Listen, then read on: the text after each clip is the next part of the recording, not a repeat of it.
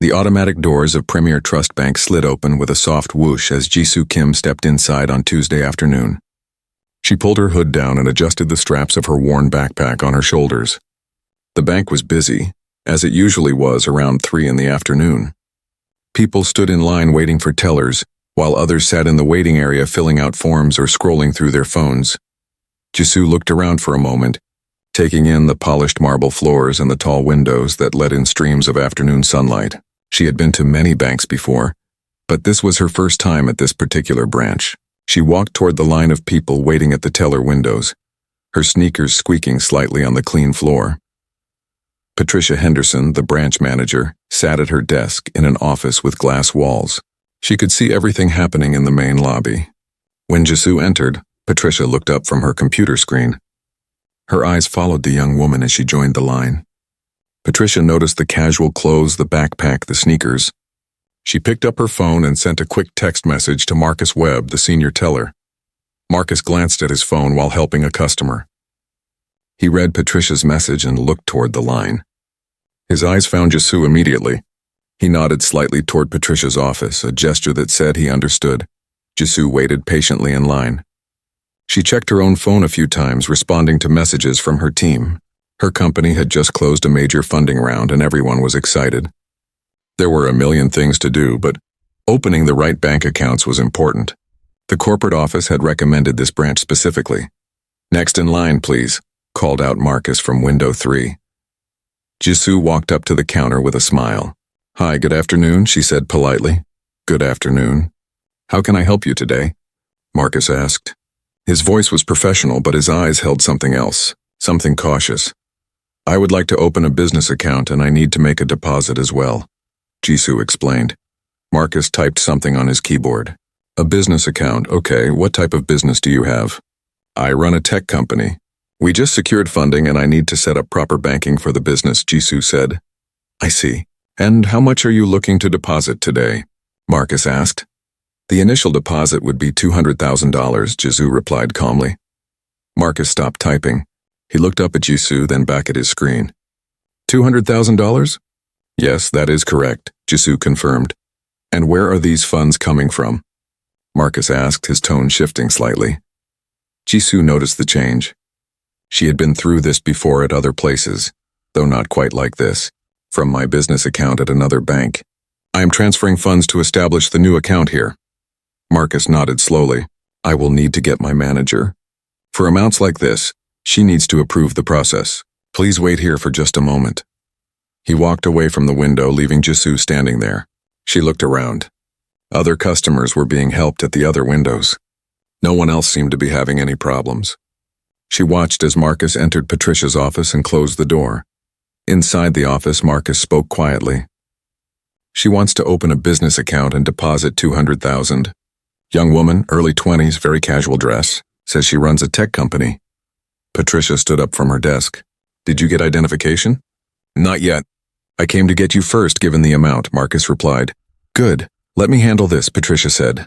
She smoothed her blazer and walked out of the office toward window 3. Jisoo watched as a well-dressed woman in her 50s approached. The woman had short brown hair and wore a navy blue business suit. A name tag on her blazer read Patricia Henderson, branch manager. "Good afternoon. I'm Patricia Henderson, the manager here. I understand you would like to open a business account?" Patricia said. Her smile was tight, not quite reaching her eyes. "Yes, that is right," Jisoo replied. And Marcus mentioned a substantial deposit. "Can you tell me more about your business?" Patricia asked. Jisoo explained again about her tech company, the recent funding and her need for proper business banking. As she spoke, Patricia's expression remained fixed, professional but cold.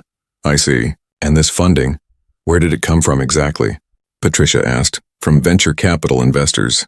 We just closed our Series B funding round," Jisoo explained patiently. "Venture capital," Patricia repeated. "And you are the owner of this company?" "Yes, I am the founder and CEO," Jisoo said. Patricia glanced at Marcus, then back at Jisoo. "I will need to see multiple forms of identification. Driver's license, social security card, business registration documents, proof of address, and documentation showing the source of the funds you wish to deposit." Jisoo reached into her backpack. I have my driver's license, business documents, and bank statements from my current business account. She placed the documents on the counter. Patricia picked them up and examined each one carefully, taking much longer than seemed necessary. She held the driver's license up to the light as if checking for forgery. "And your social security card?" Patricia asked. "I do not carry that with me." "Is it absolutely necessary today?" "I can bring it tomorrow," Jisoo said. "For this amount, we need proper verification," Patricia replied. Jisoo noticed that the customer at window 2 had just deposited a check for what she overheard was $50,000. The teller had simply processed it with a smile. No manager was called. No intense questioning happened. "I noticed other customers are not being asked for this many documents," Jisoo said carefully, keeping her voice level. "Every situation is different. We have protocols for large transactions," Patricia responded quickly. "I understand. But I watched someone at window 2 deposit a large amount with just a driver's license," Jisoo pointed out. Patricia's jaw tightened. "That was a regular customer." "We know them. You are a new customer, so we need more verification. Surely you understand we have to be careful about fraud and money laundering." The words hung in the air. Other customers in line had stopped their conversations and were watching now. Jisoo felt heat rise in her chest, but she kept her face calm. "I have provided legitimate business documents and identification. What exactly do you think is fraudulent here?" Jisoo asked. "I am not saying anything is fraudulent. I am simply following bank policy," Patricia insisted. "The policy that applies only to some customers?" Jisoo asked quietly. Patricia's face flushed red. "I am going to need you to wait while I verify some information. Please step aside so I can help other customers." "I would prefer to wait right here," Jisoo said firmly. Patricia turned to Marcus. "Please ask Frank to come to the lobby." Marcus looked uncomfortable but nodded. He picked up the phone at his station and made a quick call. Jisoo knew what was coming. She had seen it before in different situations, different places. The stores where she was followed. The restaurants where she was seated in the back. The offices where people assumed she was the assistant, not the executive. But this felt different. This felt worse somehow. Within 2 minutes, a security guard entered the lobby. Frank Morrison was a tall man in his 60s with gray hair and a stern face. He wore a dark uniform with a badge and a radio clipped to his belt. His hand rested near the radio as he approached Patricia. "What seems to be the problem?" Frank asked, looking at Patricia, not at Jisoo. "This customer is being difficult about providing proper identification for a large transaction," Patricia explained. Jisoo turned to face Frank. "That is not accurate. I provided my driver's license and business documents. I asked why I am being treated differently than other customers, and instead of answering, she called security." Frank looked at Jisoo for the first time. He took in her appearance with a slow, deliberate gaze that made her skin crawl.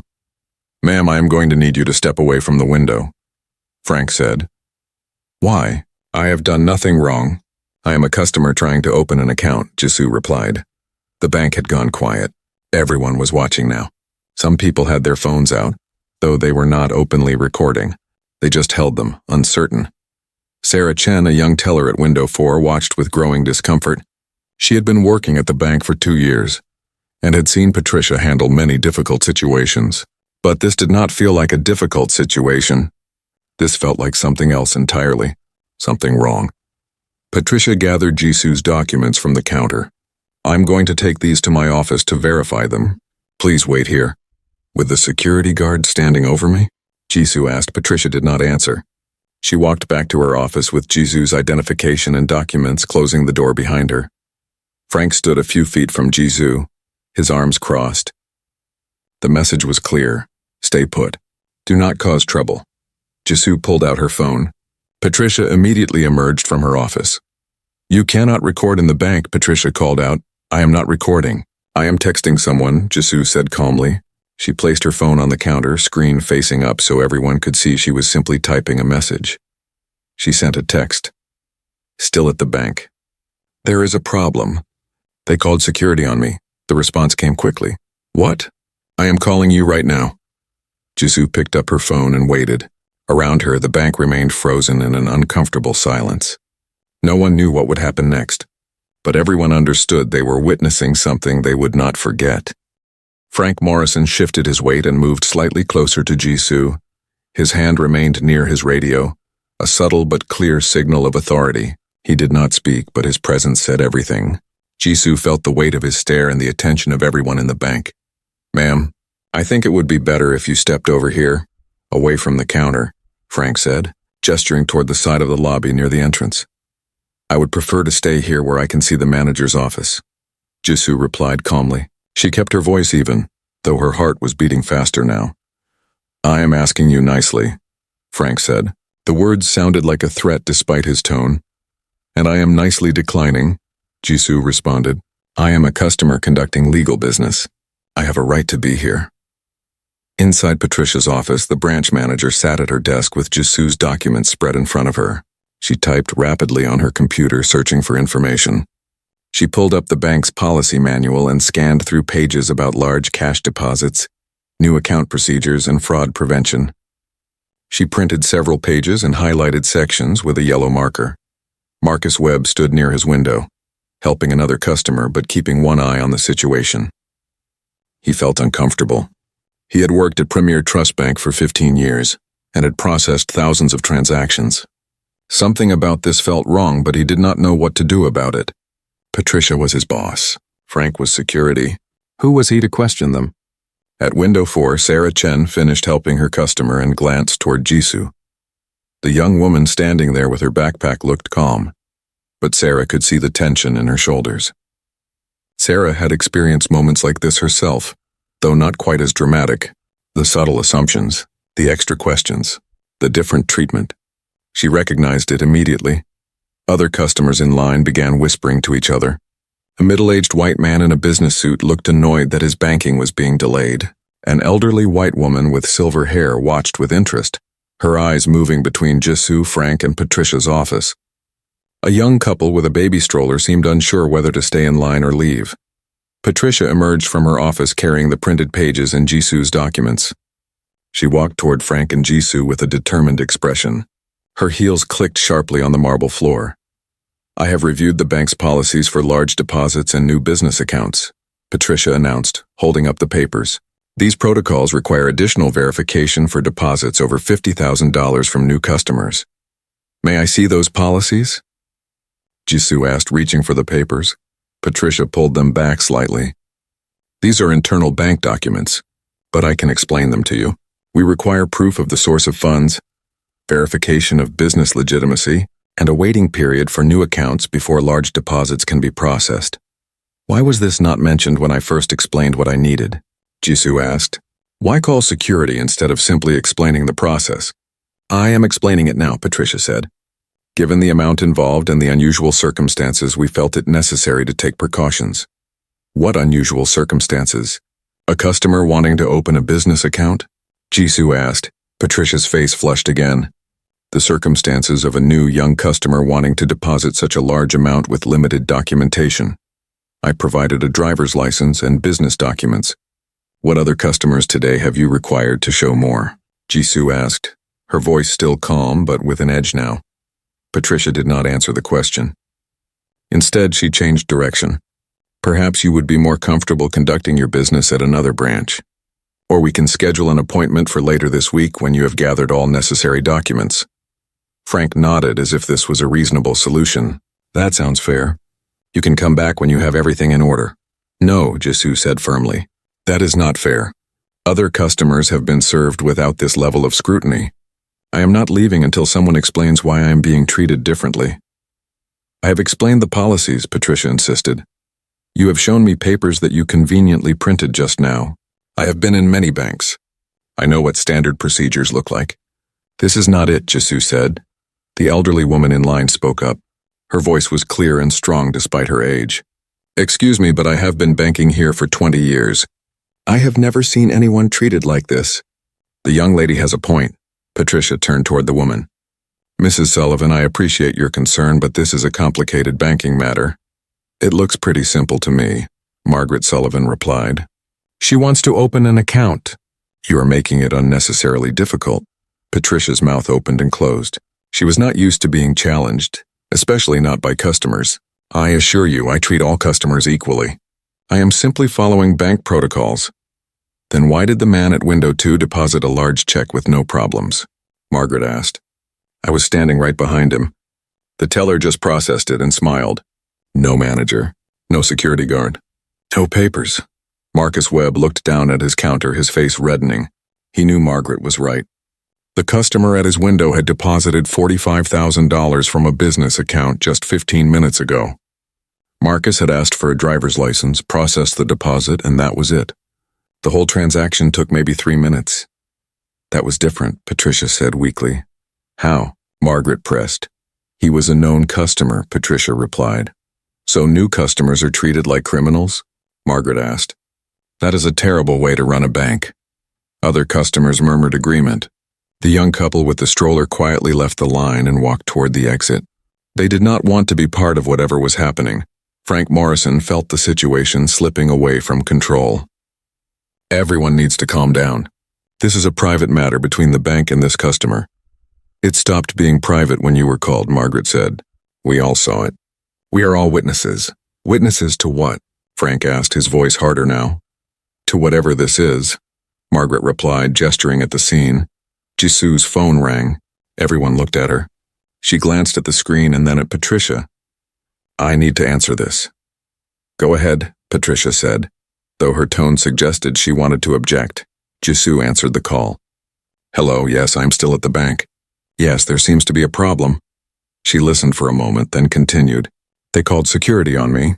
The manager says I do not have proper documentation, even though I provided my driver's license and business papers. They are saying I need to come back another day or go to a different branch. The voice on the other end of the call spoke rapidly. Jisoo listened, nodding occasionally. Okay. Yes, that might help, Jisoo said into the phone.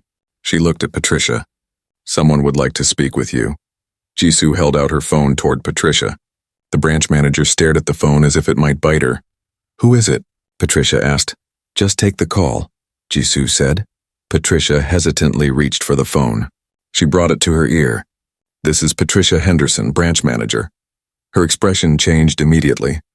The color drained from her face. Her eyes widened. Oh, Mr. Chen, I did not realize. I apologize, I did not see. Yes, sir. I understand. But I was just following. Yes, sir. Of course. Frank Morrison watched Patricia's face with growing concern. Sarah Chen at window 4 leaned forward, her heart suddenly beating faster. Chen was her last name, too. Could it be? Patricia's hand trembled slightly as she held the phone. Yes, Mr. Chen, I understand, I will. Yes, right away. She looked at Jisoo with an expression that mixed fear, embarrassment, and confusion. He wants to speak to everyone. He said to put the phone on speaker. Jisoo took her phone back and pressed the speaker button. A male voice filled the lobby, calm but carrying clear authority. This is Robert Chen, Regional Vice President of Premier Trust Bank. To everyone in the branch, I apologize for what you have witnessed today. This is not how we conduct business, and this is not how we treat our customers. Patricia looked like she wanted to disappear. Frank's hand finally moved away from his radio. Marcus stopped pretending to work at his station and listened. Sarah felt a surge of pride mixed with embarrassment. Her uncle was handling this, but it was terrible that he had to. Robert Chen continued speaking. Ms. Jisoo Kim is a valued potential customer who was personally referred to this branch by our corporate office. She is the founder and CEO of NextGen Solutions, a highly successful technology company. She recently secured $23 million in Series B funding and was exploring banking options with our institution. Patricia's face went from white to red. She had not read the memo. She had been too busy, too distracted, too something. And now she was hearing about it like this in front of everyone. Ms. Kim should have been treated with the utmost courtesy and professionalism. Instead, from what I am hearing, she was subjected to excessive questioning, denied service, and had security called on her for the crime of wanting to open a bank account, Robert said. His voice remained even, but the anger underneath was clear. Frank Morrison took a step back from Jisoo. The movement was subtle, but everyone noticed. I would like to ask Branch Manager Henderson a direct question, Robert continued. How many other customers did you subject to this level of scrutiny today? Patricia opened her mouth, but no sound came out at first. We have protocols for large deposits. Robert Chen's voice continued through the speakerphone, filling every corner of the bank lobby. I am going to make this very clear to everyone present. What happened here today was racial profiling. It was discrimination. And it is absolutely against every policy and value that Premier Trust Bank claims to stand for. Patricia's hand shook as she gripped the printed policies she had brought out just minutes earlier. Those papers that were supposed to justify her actions now felt like evidence against her. Marcus Webb stood frozen at his window, unable to look at anyone. Frank Morrison's confident posture had crumbled. He stood with his arms at his sides, looking at the floor. "Ms. Henderson, I need you to pull up your email right now. Check the memo sent to all branch managers 3 days ago," Robert instructed. Patricia fumbled with her phone, then realized she needed to go to her computer. "May I go to my office?" "Put me on hold first." "I will wait," Robert said. Patricia pressed the hold button with trembling fingers and rushed to her office. Through the glass walls, everyone watched her sit at her desk and frantically click through her emails. Her face went through several emotions as she read: confusion, recognition, horror, and finally defeat. She walked back to the lobby and took the phone off hold. "I found it, Mr. Chen." "Read it out loud." "Everyone should hear this," Robert said. Patricia's voice cracked as she began reading from her phone. "Memo to all branch managers. Date 3 days ago. Subject, high-value client referral. Please be advised that Ms. Jisoo Kim, founder and CEO of NextGen Solutions, will be visiting select branches this week to establish personal and corporate banking relationships. Ms. Kim's company recently closed Series B funding of $23 million. NextGen Solutions specializes in artificial intelligence for financial security software and represents a significant potential relationship for Premier Trust Bank. Ms. Kim has been personally referred by our corporate office and should receive premium service. Please ensure all staff are aware of this VIP client visit." The lobby was completely silent. Even the soft music that usually played through the overhead speakers seemed to have stopped. Margaret Sullivan shook her head slowly. Sarah Chen closed her eyes, feeling second-hand embarrassment for her workplace. "Ms. Henderson, did you read this memo when you received it?" Robert asked. I saw it, but I did not read it completely. I have been very busy with month-end reports and—" Patricia started. "That is not an acceptable excuse," Robert cut her off. "But even if you had not received that memo, even if Ms. Kim were not a referred client, even if she were simply a regular person walking in off the street, she deserved better treatment than this. Every customer does. Do you understand?" "Yes, sir," Patricia whispered. "I did not hear you," Robert said. "Yes, sir." "I understand," Patricia repeated louder. "Officer Morrison, do you understand as well?" Robert asked. Frank nodded, then realized Robert could not see him. "Yes, sir, I understand." "Good. Now, Ms. Henderson, I want you to immediately process Ms. Kim's banking requests with full courtesy and professionalism. Waive all account fees, setup fees, and service charges for the first 2 years. This is a gesture of apology from Premier Trust Bank," Robert instructed. "Of course. Right away," Patricia said. "I am 20 minutes away from this branch. I will be there shortly to personally apologize to Ms. Kim and to review our branch practices." Robert continued. "Until I arrive, I expect Ms. Kim to be treated with the highest level of service." "Am I clear?" "Yes, sir." "Crystal clear," Patricia replied. "Ms. Kim, are you still there?" Robert asked. "Yes, I am here," Jisoo said, speaking for the first time since putting the phone on speaker. "I cannot adequately express how sorry I am for this experience. This is not who we are, or at least it is not who we should be. I hope you will give us an opportunity to make this right," Robert said. His voice was genuine, heavy with disappointment. "I appreciate that, Mr. Chen. I will wait for you to arrive," Jisoo said calmly. "Thank you. I will be there as soon as possible," Robert said, and the call ended. Jisoo took her phone back and slipped it into her pocket. She looked at Patricia, waiting. Patricia could not meet her eyes at first. She looked at the documents in her hand, at the floor, at the walls, anywhere but at Jisoo. Finally, she forced herself to make eye contact. "Ms. Kim, I sincerely apologize. I should have read the memo. I should have treated you better regardless. I am sorry," the apology sounded hollow. Everyone in the bank knew it was coming only because Patricia had been caught and embarrassed. If that phone call had not happened, Jisoo would have been escorted out of the bank, denied service, and humiliated further. "I would like to proceed with opening my accounts now," Jisoo said quietly. Patricia nodded quickly. "Yes, of course. Marcus, please assist Ms. Kim with setting up both her personal and business accounts. Premium tier for both, no fees. Make it priority 1. Marcus Webb finally moved from his frozen position. Yes, absolutely. Ms. Kim, if you would like to come back to window 3, I will help you immediately. Jisoo walked back to the counter. Marcus pulled out fresh forms and his fingers flew across the keyboard. His professional demeanor was back, but now it was mixed with genuine courtesy instead of suspicion. I apologize as well, Ms. Kim. I should have spoken up earlier. There was no reason for any of this to happen, Marcus said as he worked. Thank you, Jisoo replied simply. The line of customers behind her had mostly dispersed. Some had left the bank entirely. Others had moved to different windows. But Margaret Sullivan remained. She walked up to stand beside Jisoo at the counter. Young lady, I am Margaret Sullivan. I am a retired attorney. I worked in civil rights law for 40 years, Margaret said, pulling a business card from her purse. If you need any legal support regarding what happened here, please call me. What I witnessed today was clear discrimination. Jisoo took the card and looked at it. Thank you, Mrs. Sullivan. I really appreciate you speaking up. I only wish I had done it sooner, Margaret said. But I am a 72-year-old white woman. My voice carries weight in places where it should not matter. Your voice should have been enough. The simple truth of that statement hung in the air. Jisoo nodded, feeling a connection to this stranger who understood. Sarah Chen finished with her customer and walked over to Patricia. May I speak with you privately? She asked her manager. Patricia looked like she wanted to refuse but nodded. They walked to the side of the lobby, away from other customers. That was wrong. What happened with Ms. Kim was completely wrong, Sarah said quietly but firmly. I know. I made a mistake, Patricia replied defensively. It was more than a mistake. I have worked here for 2 years. I have watched you call security exactly 3 times. All 3 times were on young people of color.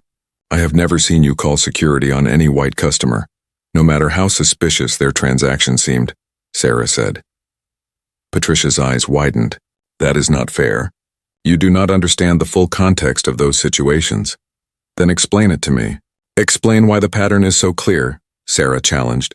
Patricia had no answer. She looked away, her jaw tight. I am going to document what I saw today.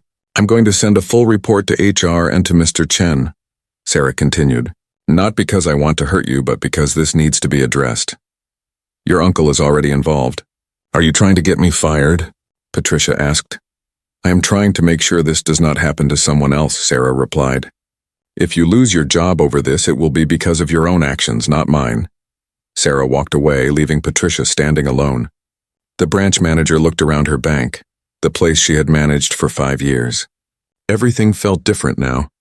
The polished floors, the bright lights, the professional atmosphere, it all seemed tainted.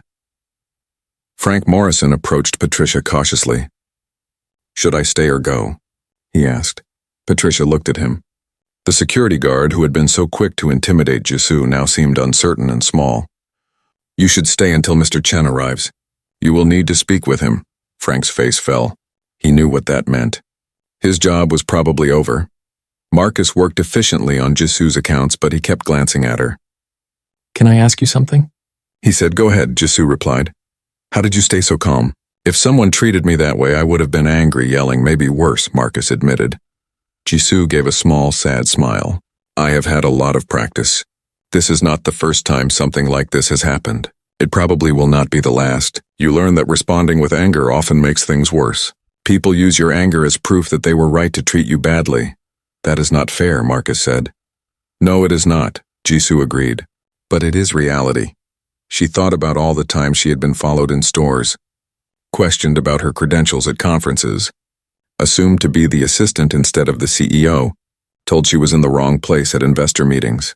She had learned to carry extra identification, to dress more professionally than necessary, to speak calmly even when furious, to prove her legitimacy over and over again. Her success had not protected her from moments like this. Sometimes it even made them worse. People had stronger reactions when she did not fit their expectations of what a successful tech entrepreneur should look like. Your accounts are set up, Marcus said finally. Both the personal and business accounts are active. I have waived all fees for 2 years as Mr. Chen instructed.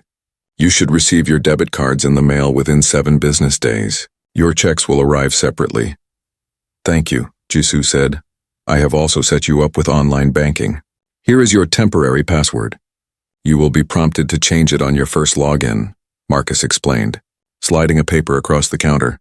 Other customers in the bank continued their business, but many kept glancing toward Jisoo. Some looked sympathetic. Others seemed uncomfortable, as if witnessing discrimination made them complicit somehow. A few looked annoyed that their banking had been disrupted by drama. Margaret Sullivan had not left. She sat in the waiting area, her purse on her lap, clearly intending to stay until Robert Chen arrived. She caught Jisoo's eye and nodded, a silent message of support. Sarah Chen returned to her window and tried to focus on helping customers, but her mind was elsewhere. She thought about her uncle's voice on the phone, the disappointment and anger barely contained. She thought about the memo that Patricia had not read, but also about how the memo should not have mattered. Every customer deserved respect.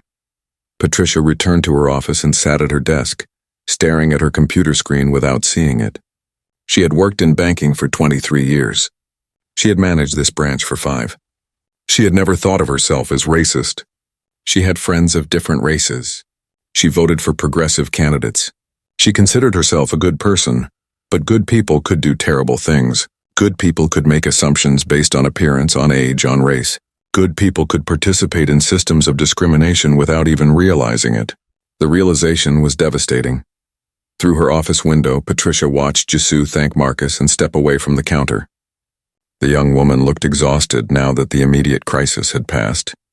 Patricia wanted to apologize again, to explain herself, to make Jisoo understand that she had not meant any harm. But intentions did not matter. Impact mattered, and the impact of Patricia's actions had been clear and harmful. The automatic doors slid open and a woman in a business suit entered, followed by a tall Asian man in his 50s wearing an expensive suit and carrying a leather briefcase. Robert Chen had arrived. Robert Chen walked into the bank with purpose. His eyes swept across the lobby, taking in everything at once. He saw Jisoo standing near the teller windows. He saw Patricia frozen in her office doorway. He saw Frank Morrison trying to look professional but failing. He saw customers watching nervously, and he saw his niece Sarah at window 4, her expression a mixture of relief and embarrassment. The woman who entered with Robert was Helen Park, the district manager. She wore a gray suit and carried a tablet computer. Her face was serious, and she immediately began taking notes on what she observed. Robert walked directly to Jisoo. "Ms. Kim, I am Robert Chen. I cannot tell you how sorry I am for what you experienced today." He extended his hand and Jisoo shook it. "Thank you for coming, Mr. Chen. Please call me Robert. Would you be willing to speak with me privately? I would like to understand exactly what happened and discuss how we can make this right," Robert said. "Yes, that would be fine," Jisoo agreed.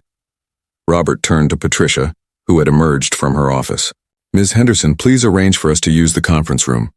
Ms. Park will remain in the lobby to take statements from staff and any customers who are willing to share what they witnessed." "Of course. The conference room is ready. This way," Patricia said, her voice barely above a whisper. She led Robert and Jisoo down a hallway to a small conference room with a table and chairs. The walls were decorated with bland corporate artwork and framed photos of happy, diverse people, presumably enjoying their banking experience. The irony was not lost on anyone. "Would you like coffee, water, anything?" Patricia asked. "No, thank you. Please close the door on your way out," Robert said. Patricia left, closing the door behind her. Through the small window in the door, she could see Robert and Jisoo sitting down across from each other at the table. She wanted to stay and hear what was said, but she knew better. She walked back to the lobby where Helen Park was already interviewing Marcus. In the conference room, Robert pulled out a notepad and pen. "Before we begin, I want you to know that anything you tell me will be taken seriously. I also want to be transparent that this conversation may be used in our internal investigation. Are you comfortable with that?" "Yes," Jisoo said. "Can you walk me through everything that happened from the moment you entered the bank?" Robert asked. Jisoo took a breath and began recounting the events. She spoke calmly, sticking to facts rather than emotions. She described joining the line, asking to open a business account, Marcus calling Patricia the excessive questioning, the request for multiple forms of identification that other customers were not required to provide, Patricia's suggestion that she go to another branch, and finally, security being called. Robert listened without interrupting, taking careful notes. When Jisoo finished, he set down his pen and looked at her directly. I read the memo about your visit. I actually wrote that memo myself. Your company was brought to our attention by our innovation team. They were impressed by your AI security software and suggested we pursue a banking relationship with Next-Gen Solutions. When I learned you were looking for new banking partners, I personally reached out to your CFO. Robert explained. I remember. Your office called 3 weeks ago. Jisoo confirmed. Yes, we were excited about the possibility of working with you. This branch was selected specifically because of its location and its business banking capabilities. I sent that memo to ensure you would receive excellent service, Robert said. He paused, his frustration evident. Obviously, that did not happen. The memo should not have mattered, Jisoo said quietly. Every customer should be treated with respect, regardless of whether they are a VIP or not. You are absolutely right, Robert agreed. The fact that you had to call me, that you needed my intervention to receive basic service shows a systemic problem. If I am being honest, this is not the first time something like this has happened at our branches. But I am determined to make it the last. Have there been complaints before? Jisoo asked. Robert hesitated, then nodded. Yes, not at this specific branch, but across our network. We have had complaints about discriminatory treatment from customers of color, particularly young people. We implemented mandatory diversity training 2 years ago, but clearly, training alone is not enough. Training teaches people what to say. It does not necessarily change what they believe or how they act, Jisoo observed. That is precisely the problem, Robert said. We need structural changes, not just educational sessions. We need accountability. We need to examine our policies and procedures to identify where bias can enter the system. What will happen to Patricia and the security guard? Jisoo asked. That depends on the investigation. Ms. Park is gathering statements now. We will review everything, including Patricia's history of decisions as manager. If there is a pattern of discriminatory behavior, there will be consequences, Robert said seriously. And if there is no pattern, if this was just one bad day, Jisoo asked, then we will still need to address it. Intent matters, but impact matters more. You were harmed today. You were humiliated in front of other customers. That cannot be ignored or excused, Robert replied. Jisoo nodded slowly. She appreciated his directness and his apparent commitment to accountability. But she had been through situations like this before. She had heard promises of change from companies, organizations, and institutions. Sometimes those promises led to real action. Often they did not. What happens next? Jisoo asked. After today, after the investigation, what actually changes? Robert leaned forward. I cannot promise everything will be perfect. Bias is deeply ingrained in our society and in our institutions. But I can promise specific actions. First, we will review Patricia's employment based on the findings of this investigation. Second, we will implement a new customer service oversight system that flags potential discrimination. Third, we will create a direct reporting line for customers who experience unfair treatment. And fourth, I would like to ask your permission to use this incident as a case study in our training programs. You want to tell people what happened to me? Jisoo asked. With your identity protected if you prefer, yes. Real examples are more powerful than hypothetical scenarios. If staff members understand that these situations actually happen in our banks, not just in training videos, it might have more impact, Robert explained. Jisoo considered this. Part of her wanted to forget this day, to move on and pretend it never happened. But she thought about other young women of color who might walk into this bank or others like it. She thought about customers who might not have the resources or connections she had. She thought about all the times discrimination happened and nobody with authority cared. You can use it. You can use my name too. I am not ashamed of what happened. The people who should be ashamed are the ones who treated me that way, Jisoo said. Thank you. That is incredibly generous of you, Robert said. I have one condition, Jisoo added. Name it, Robert replied. I want regular updates on what changes are implemented. Not just promises, but concrete actions with timelines. And I want to be involved in reviewing the training materials that use this case study. I need to know that my experience is being presented accurately and used effectively, Jisoo said. Done. I will have my assistant set up quarterly meetings with you to review progress, and you will have full input on any training materials before they are used, Robert agreed. They discussed the details of her banking accounts, the services Premier Trust could offer her company, and the potential relationship moving forward. Despite everything, Robert made a compelling case for why next-gen solutions should still consider banking with Premier Trust. I know this is difficult to believe right now, but many people at this bank genuinely want to do better. What happened today is exactly the kind of problem we need exposed so we can fix it, Robert said. I will think about it, Jisoo replied. I am not making any decisions today.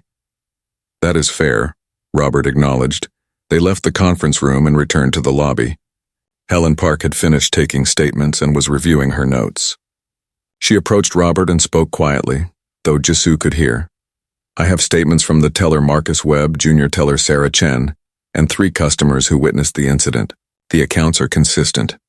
Ms. Henderson's treatment of Ms. Kim was markedly different from her treatment of other customers conducting large transactions today. Security was called without any reasonable justification. One customer, a Margaret Sullivan, was particularly detailed in her observations, Helen reported.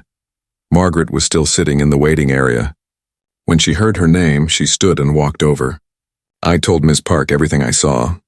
I also offered to provide a written statement if needed. Thank you. Mrs. Sullivan, your willingness to speak up is appreciated, Robert said. I did not do enough, Margaret replied, looking at Jisoo. I should have said something sooner, before it escalated. You did more than most people would, Jisoo said. Thank you. Robert turned to address everyone in the lobby. Several customers had remained, either out of curiosity or because they felt their presence as witnesses was important. Bank staff stood at attention, uncertain what would happen next. I want to thank everyone who provided statements today. What happened here was unacceptable, and we are taking it seriously.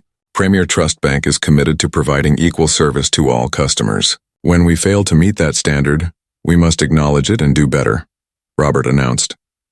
He walked over to Patricia, who stood near her office looking like she wanted to disappear. Ms. Henderson, you are suspended pending the outcome of our investigation. Please gather your personal items. Ms. Park will escort you out and explain the next steps. Patricia's eyes filled with tears. Mr. Chen, please. I made a mistake. I have worked here for 5 years without any problems. We will review your full record as part of the investigation. Until then, you are suspended with pay. This is not negotiable, Robert said firmly but not unkindly. Patricia nodded, unable to speak. She walked to her office to collect her things while Helen Park waited. The bank staff watched in silence.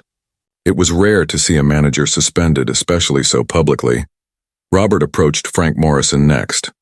Officer Morrison, your company will be contacted regarding this incident. We will not be requesting your services at this branch moving forward. Frank's face reddened, but he had the sense not to argue. Understood, he said simply. He left the bank without another word. Sarah Chen watched everything with mixed emotions. She felt vindicated that action was being taken, but she also felt sad.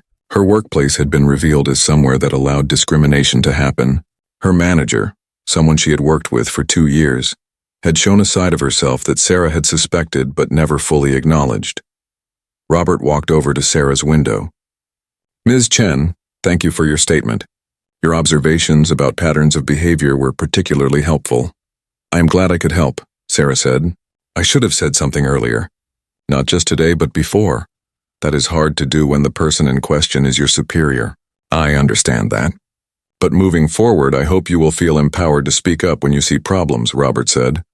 I will, Sarah promised. Robert looked at his niece with pride mixed with concern. He knew how difficult it was to navigate professional environments where discrimination was subtle, and speaking up could harm your career.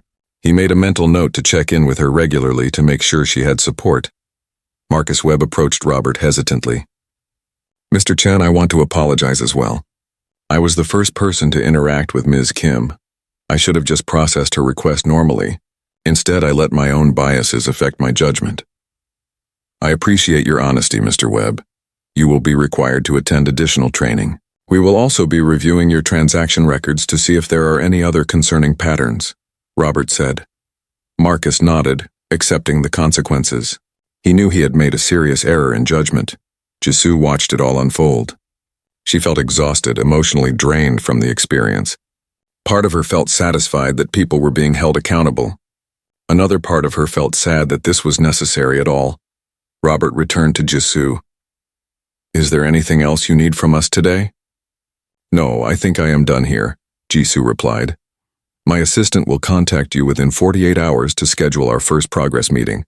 In the meantime, if you need anything or have any concerns, please call me directly," Robert said, handing her his business card. Jisoo took the card and slipped it into her pocket. "Thank you for taking this seriously." "Thank you for giving us the chance to make it right," Robert replied. As Jisoo walked toward the exit, Margaret Sullivan fell into step beside her. "Would you like to get coffee? I think we could both use something normal after all that." Jisoo smiled, her first genuine smile since entering the bank. "That sounds perfect, actually." The two women left the bank together, an unlikely pair brought together by an ugly moment but connected by a shared understanding of what justice should look like. 2 weeks passed since the incident at Premier Trust Bank. Jisoo returned to her normal routine, managing her company, meeting with investors, and leading her team through the exciting challenges that came with rapid growth. But the bank incident stayed with her. It surfaced in quiet moments, a reminder of how the world still saw her before it knew her. On a Wednesday afternoon, her assistant knocked on her office door. "Jisoo, you have a call from Robert Chen at Premier Trust Bank. He said it is about the follow-up meeting you requested." "Put him through," Jisoo said, setting down the product specifications she had been reviewing. Robert's voice came through clear and professional. "Jisoo, thank you for taking my call. I wanted to update you on the actions we have taken since the incident." "I am listening," Jisoo replied. "First, regarding Patricia Henderson, our investigation found a pattern of discriminatory behavior. Over the past 3 years, she called security on customers 13 times. 12 of those customers were people of color, and 11 of them were young people under 30. All were attempting to conduct legitimate banking business. We have terminated her employment," Robert explained. Jisoo absorbed this information. She had suspected there was a pattern, but hearing the actual numbers was striking. "And the security guard?" "Frank Morrison's contract has been terminated. His security company was made aware of the specific reasons. They have removed him from all client-facing positions," Robert said. "What about the other bank employees?" Jisoo asked. "Marcus Webb and all teller staff have completed intensive bias training. Marcus specifically requested additional one-on-one sessions with a diversity consultant. He has been very receptive to feedback," Robert replied. "That is good to hear," Jisoo said. She remembered Marcus's apology and his visible discomfort with his own actions. At least he seemed willing to learn. "Sarah Chen has been promoted to assistant branch manager at our downtown location. She demonstrated integrity and courage by documenting what she witnessed. We need more leaders like her," Robert continued. "She deserves it," Jisoo agreed. "Now, regarding the systemic changes, we have implemented a new customer service oversight system across all branches. Every time security is called, every time a large transaction is flagged for additional review, every time a new customer is denied service, it generates a report that is reviewed by district management. We are looking for patterns that might indicate discrimination," Robert explained. This interested Jisoo. Technology solutions were her specialty. "How are you identifying patterns?" "We are tracking demographic data when customers consent to provide it. We are comparing how long different customers wait for service. We are monitoring which customers are asked for additional documentation. The system flags anomalies for human review," Robert said. "That could work if implemented correctly, but you need to be careful about algorithmic bias. The system is only as good as the data and assumptions you put into it," Jisoo cautioned. "Which is exactly why I wanted to talk to you. Your company specializes in AI for financial security. Would NextGen Solutions be interested in consulting on this project? We want to build this system right, and we need expertise we do not have in-house," Robert said. Jisoo paused. This was unexpected. "You want to hire my company to help build a system to prevent what happened to me from happening to others?"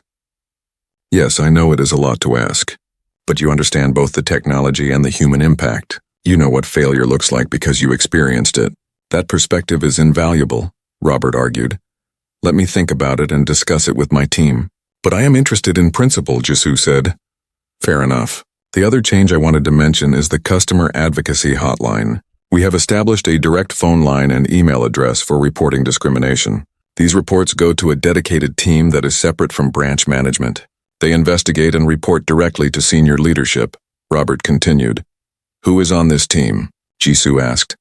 "A mix of HR professionals, legal advisors, and customer service experts." We also hired an external consultant who specializes in civil rights and discrimination cases. Her name is Angela Freeman. She reviews all reports and provides independent assessment, Robert said. How many reports have you received so far? Jisoo inquired. In 2 weeks, 47 reports across our entire network. Some are about discrimination. Others are about general poor service.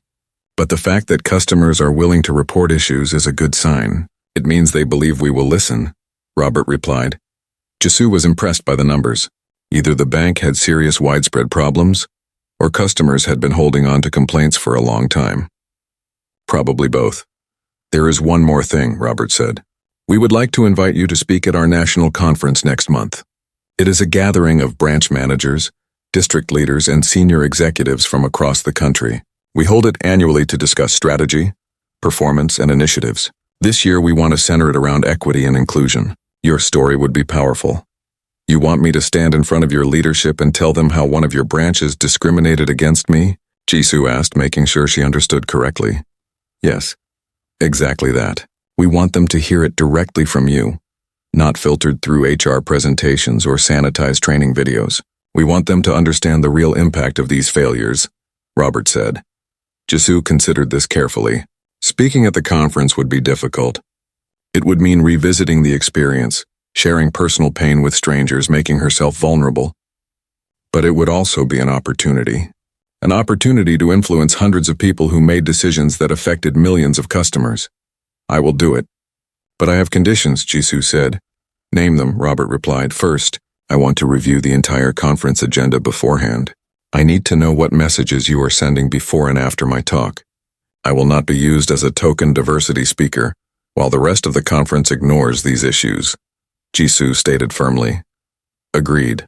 You will have full transparency on the agenda, Robert promised. Second, I want to bring someone with me, Sarah Chen. She witnessed what happened. She struggled with whether to speak up. Her perspective on being an employee in that situation is important, Jisoo continued. I think that is an excellent idea. I will arrange for Sarah to join you, Robert said.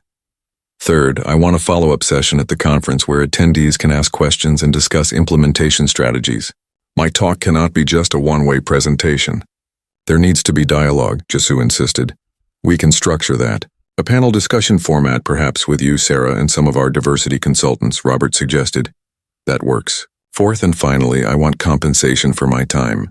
Not because I need the money, but because expecting people to do diversity work for free is exploitative. If you value this perspective, pay for it, Jisoo said. Absolutely. We will provide speaker fees for both you and Sarah, plus all travel expenses. What is your standard speaking rate? Robert asked. Jisoo named a figure that made Robert pause, but only for a moment. Done. I will have contracts drawn up and sent to you this week. After the call ended, Jisoo sat back in her chair and looked out her office window at the city below. She thought about Patricia Henderson, now unemployed because of her biases. She thought about Frank Morrison, stripped of his authority. She thought about Marcus Webb confronting his own prejudices. And she thought about Sarah Chen, promoted for doing the right thing even when it was hard. The situation was messy and complicated. People had lost jobs. Others had been forced to examine ugly truths about themselves. But change was never clean or comfortable. Change required disruption. Jisoo's phone buzzed with a text message. It was from Margaret Sullivan, the retired attorney who had spoken up at the bank. They had met for coffee 3 times since the incident and had developed an unexpected friendship. Lunch this week? I want to hear how you are doing, the message read. Jisoo smiled and typed back, Thursday at noon? That Thai place we tried last time? Perfect. See you then, Margaret replied. That evening, Jisoo called a team meeting at NextGen Solutions. Her co-founder and CTO, David Park, her CFO, Lisa Wong, and her head of product, James Rodriguez, gathered in the conference room. Premier Trust Bank has approached us about consulting on their new customer service oversight system. They want us to help them build AI tools to identify and prevent discriminatory practices, Jisoo explained. This is because of what happened to you? David asked. Yes, they are trying to make systemic changes. The question is whether we want to be involved, Jisoo said. It could be good for business. Banking sector clients would be huge for us, Lisa noted from a financial perspective. But we need to consider the ethical implications. Are they genuinely committed to change, or are they just covering themselves legally? James questioned. That is exactly what I want to discuss. How do we evaluate their sincerity? What would success look like? What are our non-negotiable requirements? Jisoo posed the questions to her team. They spent 2 hours debating the opportunity. They discussed technical requirements, ethical considerations, contractual protections, and success metrics. By the end of the meeting, they had a framework for moving forward. If we do this, we do it right. We build something that actually works, that actually protects customers, that actually creates accountability. Not just a system that looks good in press releases, Jisoo summarized. Her team agreed. They would engage with Premier Trust Bank, but on their terms, with clear expectations and measurable goals. The next day, Sarah Chen called Jisoo. Mr. Chen told me about the conference. Thank you for asking me to speak with you. I am nervous but honored. We can prepare together. This is important, and you deserve to tell your part of the story. Jisoo assured her. Can I ask you something? Sarah said hesitantly. Of course, Jisoo replied. How did you stay so calm that day? I watched you handle everything with such composure. I do not think I could have done that, Sarah admitted. Jisoo sighed. You learn to stay calm because showing anger gives people an excuse to dismiss you. They can say you were aggressive or difficult or threatening. It is exhausting, honestly, having to control your reactions when you should be allowed to be angry. That is not fair, Sarah said. No, it is not. But it is reality. Part of what I want to do at this conference is talk about that. The emotional labor required of people who face discrimination, the code switching, the extra documentation, the need to be perfect when others are allowed to be mediocre, Jisoo explained. I want to talk about being silent when I should have spoken up, about how institutional hierarchies make it hard to challenge authority even when authority is wrong, Sarah added. Good. That is important too. Change requires honesty from everyone, not just the people who were harmed, Jisoo said. Over the following week, news of the Premier Trust Bank incident spread through various communities. Some people reached out to Jisoo to share their own stories of discrimination at banks, stores, airports, and workplaces. The stories were depressingly similar. Being followed, questioned excessively, denied service, treated as suspicious for simply existing while black or brown or young or different. Jisoo read every message. She could not respond to all of them, but she read them. Each story reinforced why the work mattered, why speaking up mattered, why demanding accountability mattered. A local news station contacted her, requesting an interview about the incident. Jisoo agreed, but only if they would focus on systemic solutions rather than just her personal story. The interview aired on Friday evening. The reporter asked straightforward questions. How did you feel when security was called? Angry, humiliated, tired, Jisoo answered honestly. But mostly tired. Tired of having to prove my legitimacy. Tired of being seen as a threat before being seen as a person.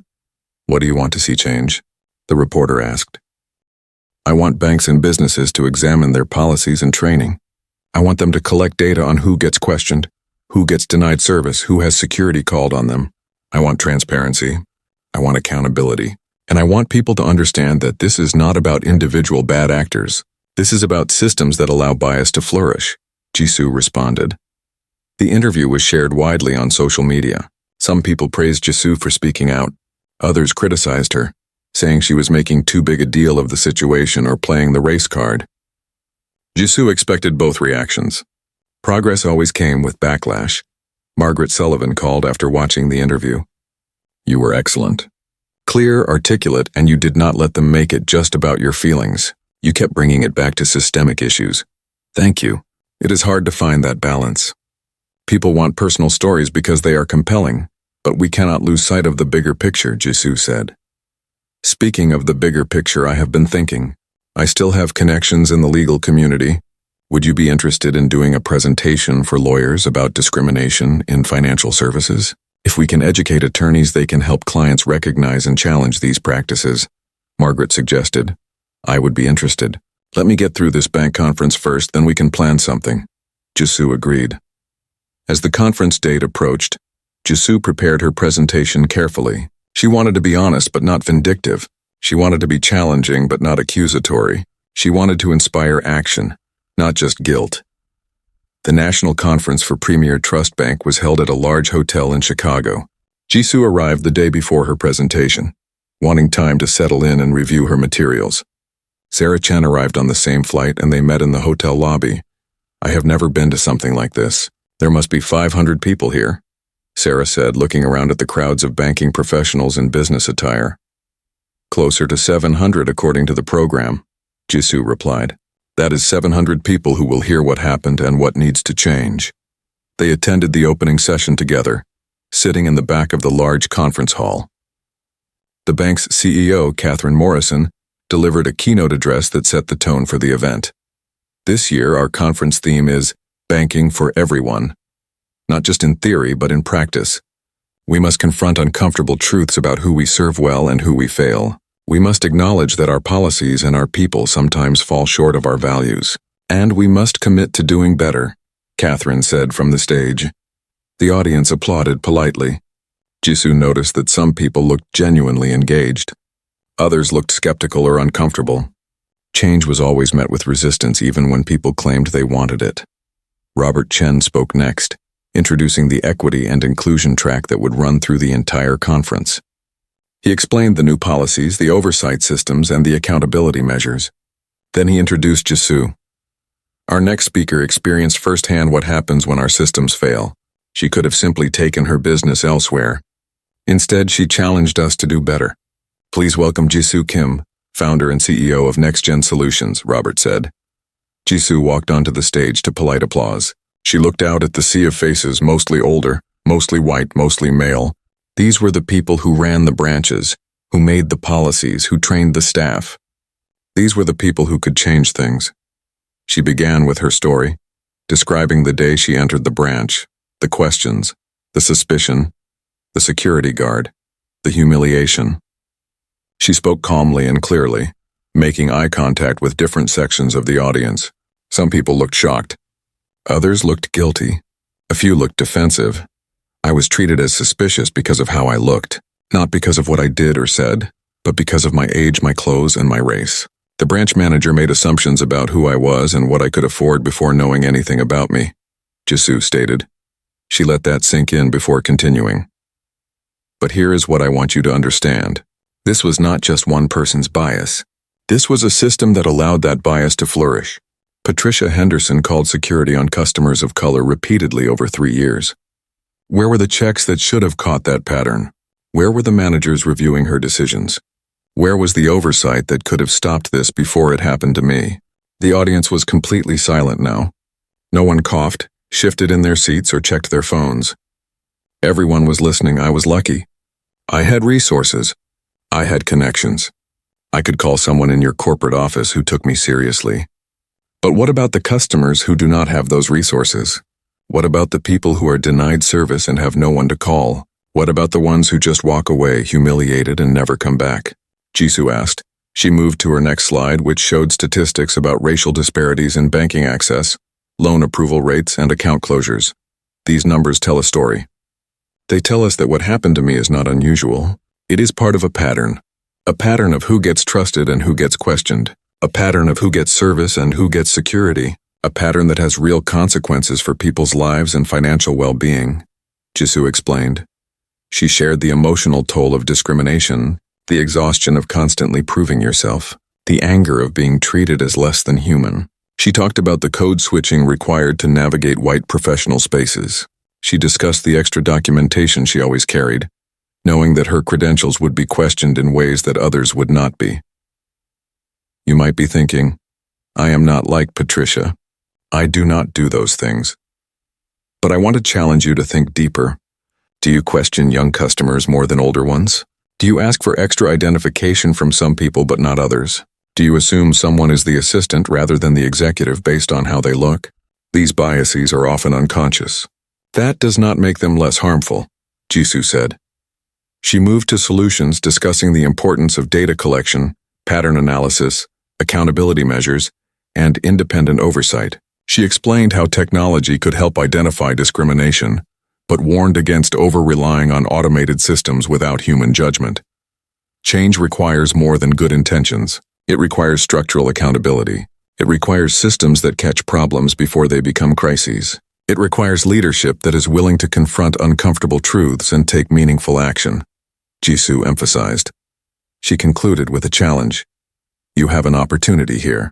You can be a bank that truly serves everyone, or you can be a bank that claims to serve everyone while consistently failing certain communities. The choice is yours, but know that customers are watching. Communities are watching, and we will hold you accountable, Jisoo finished. The applause was thunderous. People stood, giving her a standing ovation. Jisoo noticed that not everyone stood immediately. Some took longer, looking around to see what others were doing. But eventually, the entire audience was on their feet. Sarah Chen came on stage next and spoke about her experience as an employee witnessing discrimination. She talked about the difficulty of challenging her manager, the fear of retaliation, and the importance of protecting employees who speak up about problems. I knew what I was seeing was wrong, but I did not know how to stop it without risking my job. That needs to change. Employees should feel safe reporting discrimination without fear of punishment, Sarah said. She discussed the institutional hierarchies that silence dissent, the pressure to support your team even when they are wrong, and the courage required to break ranks. Her perspective complemented Jisoo's perfectly, showing the issue from both sides. The panel discussion followed with Jisoo, Sarah, Robert Chen, and Angela Freeman, the civil rights consultant. They took questions from the audience for an hour. The questions ranged from defensive to genuinely curious to deeply reflective. One branch manager stood and asked, "How do we balance security concerns with providing open access? We do need to watch for fraud and suspicious activity." Jisoo responded directly, "Security is important, but ask yourself honestly, are you applying the same standards to everyone? If you question a young black woman making a large deposit, but not a middle-aged white man making the same deposit, that is not security. That is bias." Another manager asked, "What if we make mistakes? What if we accidentally treat someone poorly even with good intentions?" Angela Freeman answered this one. "Mistakes happen. What matters is how you respond. Do you acknowledge the mistake? Do you apologize genuinely? Do you change your behavior going forward? Or do you get defensive and make excuses? Accountability is about admitting fault and doing better, not about being perfect." A young woman in the audience asked, "As someone new to banking management, how do I recognize my own biases?" Sarah responded, "Pay attention to your gut reactions. When you feel suspicious or cautious about a customer, ask yourself why. Is it based on their behavior or your assumptions? Track your own decisions. Look at who you question, who you help easily, who you call security on. Be honest with yourself about the patterns." The conference continued for 2 more days. Jisoo attended several sessions about the new oversight systems, the bias training programs, and the customer advocacy initiatives. She was impressed by some of what she saw but remained cautiously skeptical. Plans looked good on paper. Implementation was where things usually fell apart. On the last day of the conference, Catherine Morrison, the CEO, announced a new position at the corporate level, Chief Equity Officer. This person would oversee all equity and inclusion initiatives, report directly to the CEO, and have authority to make binding policy changes. We are committing resources and authority to this work. This is not a side project or a public relations campaign. This is central to our mission as a bank, Catherine announced. After the conference, Jisoo returned home exhausted, but feeling like she had accomplished something meaningful. The real test would come in the months ahead. Would the bank follow through? Would branch practices actually change? Would customers see a difference? 3 months later, Jisoo received the first quarterly report from Robert Chen. The oversight system had flagged 23 potential discrimination cases across the bank network. All were under investigation. 5 employees had been terminated. 12 had been required to complete additional training. The customer advocacy hotline had received over 200 calls, with resolution rates improving each month. Next Gen Solutions was officially contracted to build the advanced AI monitoring system. Jisoo's team worked closely with the bank's technology department, creating algorithms that could identify subtle patterns of bias that humans might miss. They built in safeguards against algorithmic bias, regular audits, and transparency requirements. Sarah Chen thrived in her new role as assistant branch manager. She implemented the equity policies with genuine commitment, and became a resource for other young managers trying to navigate similar situations. Margaret Sullivan and Jisoo continued their friendship. They met monthly for lunch, discussing everything from legal strategy to personal life to the slow progress of social change. Margaret introduced Jisoo to several civil rights organizations, expanding her network and influence. 6 months after the incident, Jisoo was invited back to speak at a community financial literacy event organized by Premier Trust Bank. This time, she was speaking to community members, not bank employees. She stood before an audience of young people of color, teaching them about banking, credit, investment, and building wealth. You belong in these spaces. You have the right to banking services just like anyone else. If you are treated poorly, report it. If you are denied service unfairly, challenge it. And remember, your money has power. You can choose where to bank based on how institutions treat you and your community, Jisoo told them. After her presentation, a young black teenager approached her. Ms. Kim, I watched your interview about what happened at the bank. I want to start a business someday. But I am worried about stuff like that happening to me. Jisoo looked at her seriously. I will not lie to you. It probably will happen. Not necessarily at a bank, but somewhere. Someone will underestimate you. Someone will question your credentials. Someone will treat you as suspicious when you are just existing. That is the reality we live in. The girl's face fell. But, Jisoo continued, that does not define you. Their bias is their problem, not yours. You have to decide how to respond. You can let it stop you, or you can use it as fuel. I chose fuel. Every time someone underestimates me, it makes me more determined to succeed. What if I do not have connections like you did? What if I cannot call someone important to help me? The girl asked. Then you build your own power. You build your skills. You build your network. You build your resources. And when you have power, you use it to help the next person who faces what you faced. That is how change happens, Jisoo explained. The girl nodded, looking more hopeful. Thank you. I will remember that. As Jisoo watched the young people leave the event, she thought about how far things had come since that Tuesday afternoon at the bank. Policy changes had been implemented. People had been held accountable. Systems had been built to catch problems, but she also knew how far there was still to go. Bias did not disappear because of a few training sessions. Institutional change took years, not months. There would be more incidents, more failures, more fights ahead. Her phone buzzed with an email from Robert Chen. Quarterly report attached. Also, wanted to let you know that our account openings from customers of color have increased by 34% since implementing the new policies. Not sure if that is because of better service or better marketing, but thought you would want to know. Jisoo smiled and typed a response. That is good news. Keep tracking the data. Let us meet next month to review the AI system performance. She looked around the community center where the financial literacy event had been held. Young people were clustered in groups discussing what they had learned, asking questions, making plans. This was what success looked like. Not just policy changes at the top, but empowerment at the community level. That evening, Jisoo sat in her apartment with a glass of wine, reflecting on the past 6 months. Being profiled at the bank had been painful and infuriating. She had been humiliated in front of strangers. She had been treated as suspicious, as less than, as other. But she had chosen to channel that anger into something productive. She had demanded accountability. She had pushed for systemic change. She had used her platform to educate and advocate. She had turned a moment of discrimination into an opportunity for transformation. The work was not done. It would never truly be done. But progress had been made. Real measurable progress. Her phone rang. It was her co-founder, David. Hey, I just closed a deal with another bank. They heard about our work with Premier Trust and want us to build a similar system for them.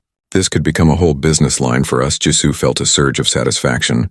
Send me the details. We should discuss how to scale this properly. She hung up and looked out her window at the city lights. Somewhere out there, a young black woman was probably being followed in a store, questioned unnecessarily, or treated with suspicion she did not deserve. Jisoo could not stop all of that. No one could, not alone, but she could be part of the solution. She could build tools that caught discrimination. She could educate people about bias. She could empower the next generation to stand up for themselves.